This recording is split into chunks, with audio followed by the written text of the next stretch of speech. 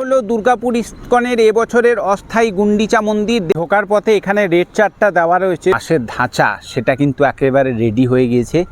থাকবে তিনটি পৃথক রথ, সামনের যে ইয়েটা সেটা কিন্তু এই রকম সাইজের কিন্তু করা হয়েছে। এই লাইনটা সাধারণত খাবারের যে স্টলগুলো বড় পড়া যেটা দেখতে পাচ্ছ ওটাতে কিন্তু ইস্কনের একটা নিজস্ব স্টল বসে। জায়গাটাতে মেনলি কিন্তু প্রচুর ভিড় হয়ে থাকে। লোকেশনে কথাটা একবার বলে দিই যারা, আর এইটা হলো আকবর স্কুলে। জগন্নাথ, প্রভু জগন্নাথের আশীর্বাদ সকলের উপরে বর্ষিত হোক। আজকে 17ই জুন, দেখতে দেখতে রথযাত্রা কিন্তু চলে এলো। আর মাত্র 12 দিন পর প্রভু জগন্নাথের স্নানযাত্রা, আর ঠিক তারপরেই কিন্তু জুলাই মাসের 16 তারিখে শুরু হচ্ছে রথযাত্রার বিশাল বড় মহোৎসব। পশ্চিমবঙ্গের বিশেষত গ্রামাঞ্চলগুলোতে দেখেছি যে রথের একটা আলাদা রকমের হিড়িক থাকে। তার সাথে সাথে আমাদের পুরীর জগন্নাথ মন্দির তো রয়েছেই, তাছাড়া এখন বর্তমানে দীঘার জগন্নাথ মন্দির, মাহেশের রথ, তাছাড়া গ্রামগঞ্জে রয়েছে।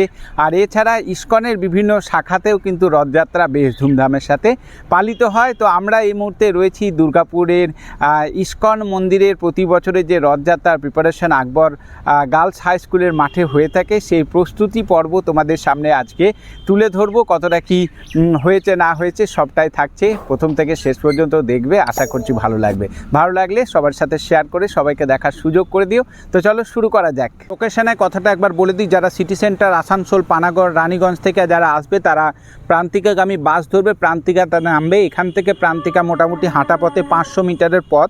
তোমরা খুব সহজেই 15 টাকা বা 10 টাকা টোটো ভাড়া দিয়ে সোজা চলে আসবে একদম আকবর গার্লস হাই স্কুলের মাঠ বললেই তোমরা একদম সোজা এই মাঠের মেলা ময়দানে এসে পৌঁছে যাবে। খুব ঢোকার পথে এখানে রেড চার্টটা দেওয়া রয়েছে, মানে স্টল বুকিংয়ের। এটা তোমরা একটু পজ করে দেখে নাও, এখানে যোগাযোগের নাম্বার দেওয়া আছে। সম্ভবত স্টল বুকিং হয়ে গিয়েছে অনেকটা, তাও তোমরা একবার কন্ট্যাক্ট করে দেখতে পাবে। এই যে এই রাস্তাটা দেখতে পাচ্ছ, এখানে একটা গ্যাপ দেওয়া হয়, এই রাস্তাটা দিয়ে ভিতরে অনেকে প্রবেশ করে। আর এই দিকটা এইজন টাউনশিপ চলে যাচ্ছে, আর এই দিকটা চলে যাচ্ছে ব্যানাচিতির দিকে। হলো দুর্গাপুর ইস্কনের এবছরের অস্থায়ী গুন্ডিচা মন্দির। দেখতেই পাচ্ছ বিশাল বড় আকারের কিন্তু করা হয়েছে। আর তোমাদেরকে দেখায় এই পরিসরটাও কিন্তু বিশাল বড়। এই মাঠে কিন্তু গম গম করে। 16 তারিখ থেকে 24 তারিখ পর্যন্ত মেলা থাকছে। যে যেখান থেকে দেখছো আসার চেষ্টা করবে, আমি লোকেশান বুঝিয়ে দেবো। যারা বুঝতে পারবে না তারা অবশ্যই কমেন্ট করবে, আমি লোকেশান ডিটেলস বলে দেবো। 16 তারিখ থেকে এই অনুষ্ঠান শুরু হবে। এই মেলা শুরু হচ্ছে 24 তারিখ পর্যন্ত এই মাঠেই মেলা চলবে। মানে উল্টো রথের দিন কিন্তু বলতে পারো যে উল্টো রথ, এখান থেকে রথ বেরিয়ে যাওয়া মানেই কিন্তু মেলার সমাপ্তি ঘোষণা হয়। প্রতি বছর এটাই আমরা দেখতে পাই। আর উল্টো রথ বলো আর রথের দিন বলো, কিন্তু প্রচুর ভক্তের সমাগম হয়। তাছাড়াও প্রতিদিন কিন্তু প্রচুর ভক্তের সমাগম হয় এবং প্রসাদের ব্যবস্থাও কিন্তু থাকে। আচ্ছা, এই যে রোটা দেখতে পাচ্ছ, এই যে লাইনটা, এই লাইনটা সাধারণত খাবারের যে স্টলগুলো থাকে, বিভিন্ন রকমের যে খাবারের স্টল, নিরামিষ খাবারের স্টলগুলো কিন্তু এই দিকটাতে দেওয়া হয়ে থাকে। ওইখানটাতে ওই যে বড় পড়া যেটা দেখতে পাচ্ছ, ওটাতে কিন্তু ইস্কনের একটা নিজস্ব স্টল বসে, যেখানে ভগবানের আলেখ্য থেকে শুরু করে বিভিন্ন রকমের কিন্তু সামগ্রী, পুজো সামগ্রী এখানটাতে কিন্তু রাখা হয়। সবাই যারা ইস্কন প্রেমী মানুষ রয়েছেন বা বাইরের থেকে যে সমস্ত সাধারণ মানুষ আসছেন, কৃষ্ণপ্রেমী ভক্ত যারা, তাদের জন্য সুন্দর একটা ব্যবস্থা করা থাকে।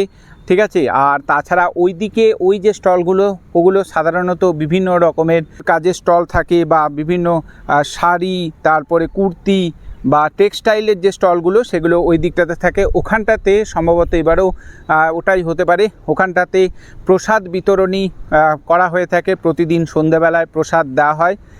আর একটা ফ্রি প্রসাদ রয়েছে, যেটা হচ্ছে আকবর গার্লস হাই স্কুলের মাঠে। ওখানটাতে কিন্তু কুপন সিস্টেমের মাধ্যমে প্রসাদ দেওয়া হয়। আর এই মুহূর্তে আজকে 17 তারিখ তোমাদেরকে দেখাচ্ছি সরাসরি একদম আকবর গার্লস হাই স্কুল থেকে। এই মুহূর্তে দেখো পুরোটাই কিন্তু বাসের স্ট্রাকচার রেডি হয়ে গেছে, কাজ জোর কদমে চলছে। স্টল বুকিং অলরেডি হয়ে গিয়েছে, ঠিক আছে। আর তারই প্রস্তুতি চলছে জোর কদমে, রাত দিন এক করে যারা শিল্পী দাদা ভাইরা রয়েছে তারা কাজ করছে। ঠিক আছে। ভগৎ সিংয়ের সম্ভবত এবিসি রেকর্ডার্স যেটা রয়েছে, ওনাদের কাছে যেটা জানতে পারলাম, এবছর গত 3 বছর ধরে তারাই এই মণ্ডপের এবং বাইরের অংশের কাজ করছে। খুব সুন্দর কিন্তু প্রতি বছর দেখি মণ্ডপ এবং আলোকসজ্জা হয়ে থাকে, আর আশা করছি এবছরও তার ব্যতিক্রম হবে না। এবারে পিছনের পোর্শনে চলে এসেছি। পিছনের এই দিকটা অনেকটা ফাঁকা থাকে, কেন কি এই জায়গাটাতে মেনলি কিন্তু প্রচুর ভিড় হয়ে থাকে, ঠিক আছে। আর এখানে প্রসাদ বিতরণ হয়। আর ওই যে আকবর হাই স্কুলের মাঠ দেখতে পাচ্ছ, আকবর যে ইয়েটা রয়েছে, স্কুলটা রয়েছে, ওখানেও কিন্তু কুপন সিস্টেম প্রসাদের ব্যবস্থা রয়েছে। তোমাদেরকে একবার এখান থেকে দেখিয়ে দিই।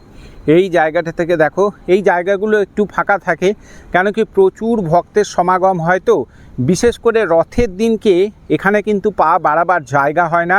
এই কারণে এই জায়গাগুলো কিন্তু পুরো ভিড় হয়ে যায়। এই জায়গাগুলো কিন্তু এই কারণে ফাঁকা রাখা হয়ে থাকে, হ্যাঁ। আর তাছাড়া আসা যাওয়ার জন্য মানুষের সুব্যবস্থা যাতে হয়, তার জন্য এই জায়গাগুলো ফাঁকা রাখা হয়, ঠিক আছে। এই প্রত্যেকটা এই লাইনগুলো দেখছো, প্রত্যেকটাই কিন্তু বিভিন্ন রকমের স্টল বসে। 16ই জুলাই হচ্ছে রথযাত্রার পবিত্র অনুষ্ঠান।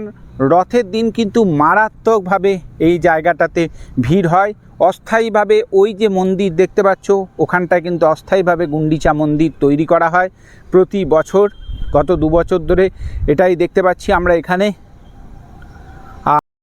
তো রয়েছে একদম মণ্ডপের যে ভিতরের অংশে তোমাদের কাজটা দেখাবো। মোটামুটি এখনও অনেক কাজটাই বাকি আছে। পুরো বাঁশের যে স্ট্রাকচার সেটা পুরোটাই রেডি হয়েছে, ঠিক আছে। এরপরে ফ্রেমের কাজ হবে, তারপরে পুরোটাই কিন্তু খুব সুন্দরভাবে কিন্তু ভিতরের ডেকোরেশনের কাজটা শেষে ফিনিশ হবে। তো চলো, তাও যেটুকু রয়েছে সেটাই তোমাদেরকে দেখায়। দেখতে পাচ্ছি এই দেখো মণ্ডপের পুরোটা, যদি ভিতরটা তোমাদেরকে দেখায়, যে পুরোটাই কিন্তু একদম যে বাঁশের ধাঁচা সেটা কিন্তু একেবারে রেডি হয়ে গিয়েছে। আর এরপরে কিন্তু ফ্রেম ওয়ার্কের কাজ, যেটা প্রতিবারই দেখি, ফ্রেম ওয়ার্কের কাজ কমপ্লিট হবে। ফ্রেম ওয়ার্কের পরে কিন্তু মানে বাটামের কাজটা কমপ্লিট হবে, তারপরে কিন্তু মেন যে ডেকোরেশন, সেই ডেকোরেশন পর্ব। উপরে এই জায়গাটা শুধু একটু ছাউনি দেওয়া হয়েছে, কারণ কি ওরা কাজ করছে যেহেতু শিল্পী দাদারা, তাই ওখানে তাদের কাজের জন্য এই পুরো অংশটা ঢাকা দেওয়া হয়েছে। এখানে ছড়িয়ে ছিটিয়ে দেখতে পাচ্ছি বাটাম রয়েছে, মানে এর পরবর্তী কাজ যেটা হবে সেটা হচ্ছে ফ্রেম বাঁধার কাজ হবে, আর বাটামের কাজ হবে। বাটামগুলো কিন্তু রয়েছে বিক্ষিপ্তভাবে ছড়িয়ে ছিটিয়ে, এখানে অ্যাসেম্বল করা রয়েছে এই পাশটায় দেখতে পাচ্ছি।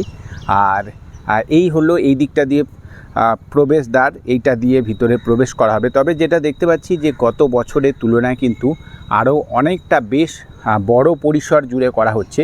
সম্ভবত ওই যে জায়গাটায় কিন্তু প্রভু জগন্নাথ দেবকে রাখা হবে। ঠিক এই রকম ভিতরের পোর্শনটা রয়েছে। এই মুহূর্তে আজকে 17 তারিখ হলো, দেখতে দেখতে একদম সামনে চলে এসছে। আর 1 মাসের অপেক্ষা বলতে গেলে। কাজ মোটামুটি দেখতে পাচ্ছি 50% কমপ্লিট হয়েছে। এরপরে ফ্রেম ওয়ার্ক, তারপরে অল ওভার ভিতরের যে কাজটা সেটা কিন্তু শুরু হবে। আর এখানে এগুলো দেখতে পাচ্ছি কাপড় কেটে রাখা আছে, যেগুলো এই বাঁশগুলো বাঁধার কাজে ব্যবহার করা আছে। রঙিন কাপড়গুলো দেখো উপরটায় কিন্তু খুব সুন্দর, এই যে বাঁধা হয়েছে এগুলো খুব সুন্দর কিন্তু লাগছে দেখতে। তো অপূর্ব। এখনও পর্যন্ত এতটুকু কাজ হয়েছে, এখনও 1 মাস সময় রয়েছে। অক্ষয় তৃতীয়ার দিন থেকে কিন্তু কাজ শুরু হয়েছে। তো একবার দেখিয়ে দিলাম ঘুরিয়ে।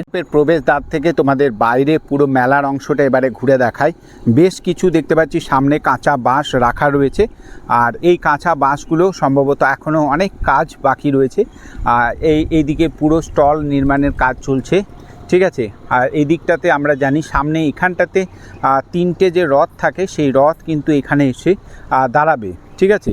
তো এখনও পুরো দেখাবার মতো অনেক কিছু রয়েছে, সামনে আরও দিন আসছে। অবশ্যই কিন্তু পেজটিকে, ফেসবুক থেকে দেখলে পেজটিকে ফলো করো, আর ইউটিউব থেকে দেখলে চ্যানেলটাকে সাবস্ক্রাইব করে রাখো। দেখো পুরো কিন্তু এই যে বাঁশের স্ট্রাকচার সেটা কিন্তু রেডি হয়ে গিয়েছে, একদম তোমাদেরকে দেখায়। আর এখান থেকে বাইরের থেকে তোমাদেরকে দেখায়, এই যে দেখো বেশ বড় কিন্তু সামনের যে ইয়েটা সেটা কিন্তু এই রকম সাইজের কিন্তু করা হয়েছে। দেখো শেপটা দেখলে বুঝতে পারবে, এটা দিয়ে এন্ট্রান্স, এটা দিয়ে প্রবেশ। তো পুরো বাঁশের ধাঁচাটা কিন্তু অলমোস্ট পুরোটাই কমপ্লিট হয়ে গেছে। এই দিকটায় শুধু স্টলের যে কাজগুলো সেগুলো এবারে কিন্তু হচ্ছে। আর তোমরা কারা কারা এই মেলায় প্রতি বছর আসো অবশ্যই কিন্তু কমেন্টে জানাও, ঠিক আছে। কৃষ্ণ ভক্ত যারা আছেন তারা প্রতি বছরই কিন্তু এখানে এই মেলায় অংশগ্রহণ করে। তাছাড়া দূর দূরান্ত থেকেও বহু মানুষ কিন্তু আসে ইস্কন প্রেমী মানুষ যারা রয়েছে তারা আসে। তোমাদেরকে একবার ঘুরে দেখায়। এই দেখো স্টলগুলো কিন্তু কাজ হয়ে। এই ছিল দুর্গাপুর ইস্কনের রথযাত্রার প্রস্তুতির ছোট্ট একটু ঝলক। যত দিন যাবে প্রস্তুতি পর্ব আস্তে আস্তে আরও তুলে ধরবো। অবশ্যই সঙ্গে থাকতে হবে।